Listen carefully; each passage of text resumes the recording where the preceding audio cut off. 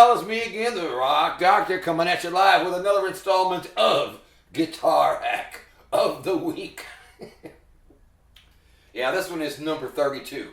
So, what was all that crap I just played? Well, let's talk about it. First off, I'm in the key of A, and I'm using my backing track in A, number 1, and if you look on my various playlists, my backing track playlist, the AI company I use decided to call it the Guitarist Dream Track, which is pretty embarrassing, but I did it, last year, and it is what it is. So, I basically played 4 licks, and in keeping with what my channel is about most of the time, we're talking about flying the Piper Cub and not the fighter jet. We're playing basic licks, using mostly the pentatonic scale. The licks always, for me, and this channel lasts for 2 measures. That's the same. And what I'm trying to teach everybody is how to end the lick on the right note. But in this instance, I added a new wrinkle. I started each lick out on a chord tone of the chord at the beginning of the little chord progression, which we'll talk about. So each lick starts on a chord tone and ends on a chord tone. In addition to that, we're using 4 different pentatonic licks. So, let's pull up the dry erase board and we'll talk about it. Here we go! Dry erase board time. So first, the chord progression itself has got 2 sections in this portion that I looped. The first section goes A minor to F, that's 2 bars long, and it repeats 3 times. And then at the end of it, there's like an ending statement that takes us back around.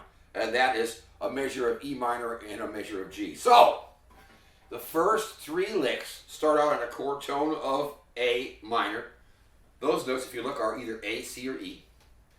And the lick, each of those licks ends on a chord tone of F, F, A, or C. Either of those will work. Then when we get down to the second section, I take the same logic and I start the last lick on a chord tone of E minor. I believe I used an E note. Well, I'll talk about it. And then I end it on a chord tone of G. And the notes are G, B, or D. Now, look at this. Oh my God, look at these 8 pentatonic shapes.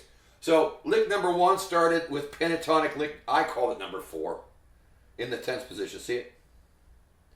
The second lick started with pentatonic shape number 3 in the 12th position. Take a look.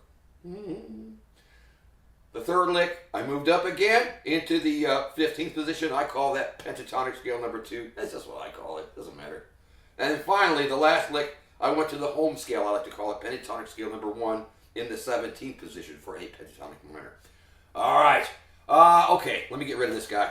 Here's what the chords sound like. Let me play the chords. I'll do it 2 ways. I'll play it the way I actually wrote this part, and then I'm going to strip it down to the bare bones, which is how I think about it. All right. Okay. Whoops.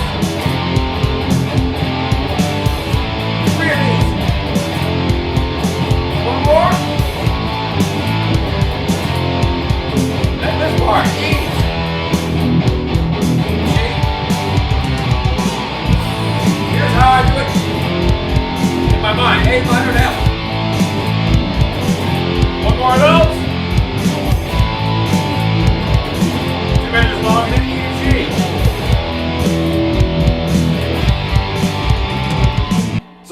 So my licks are kind of lining up with that simple concept there. A minor to F, ba ba ba ba ba ba ba. Okay, now let me outline the licks. If you're watching this on YouTube Shorts, go back and check the first video. I break it up in little 1-minute segments where the tab is scrolling, because I'm not going to talk about the fingerings. It takes too long. Come on. Give me a break. All right. So, here's the first lick. In keeping with what I said, this time I started on a chord tone. That's a great way to build a strong phrase. It is. Start on a chord tone. You don't have to, but today I'm talking about it. So, here's the lick. I'm up here in the 10th position. I'm on the A string. I'll just talk about that. I'm starting on the 12th fret of the A string, the A note, which is a chord tone of A minor. And I ended on a chord tone of F, which is an A note too. I ended up on the G string 14, an A note. So basically that lick went from pentatonic scale number 4 up to number 3. I went from the 10th fret into the 12th position. So there's that one. The second lick, I stayed in pentatonic shape number 3 in the 12th position, and I did this. So what the hell was that? Well, the first note I played was the 15th fret of the B string. That's a D note, but I pushed it up to become an E, which is a chord tone of A minor, so it sounds real strong. And then I finished it up on a high E at 15. I pitched it up, that's a G note, up a whole step to A, which is a chord tone of F. Yeah, so your lick's got to talk about those chords. You know, you've got to start and end on a good note. All right, then I moved up again. So see what we're trying to do here? We're trying to build strong, simple phrases, and now we're trying to use more of the fingerboard and follow the chords. And, you know, so that's what we're doing. So eventually you'll have this freedom to play anywhere the hell you want without getting lost or sounding like a dummy. All right, let's go to the third lick. Now I'm in pentatonic scale number 2, and I'm in the 15th position, and it was this. Well, that one was simple too. They're all simple. Because we're flying the Piper Cub, right? Not the fighter jet. I started out with an A note on the high string 17, which is a chord tone of A minor.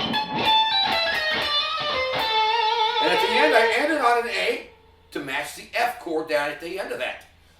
So A is a chord tone of F. There you go. Lick number 4. I moved up again to the home position in the 17th fret area. Pentatonic scale number 1, as I call it. And the lick was this. Ooh.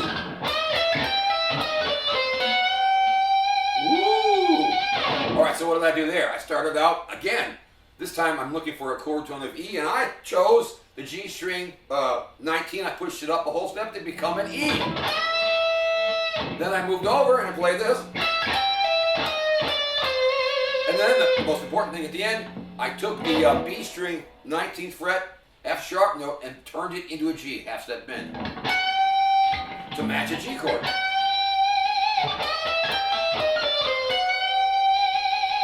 Again, if you really want these fingers, I suggest you learn this stuff and make it part of your daily workout. You know, go back to the go to the full video and watch the tab at the front, or go back to the first YouTube short in this series that has the scrolling tab.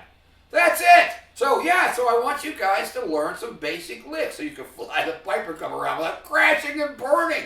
And eventually you'll be able to play anywhere you want, and you'll have a good feel for how to build a phrase, how long a phrase lasts, how to lock it into the groove, and play notes that accent the chords there. It's important, and you'll thank me later. Don't forget, I guess I'm done. Don't forget to like, share, subscribe, leave a comment. Yeah, you know, you can order me pizza if you want.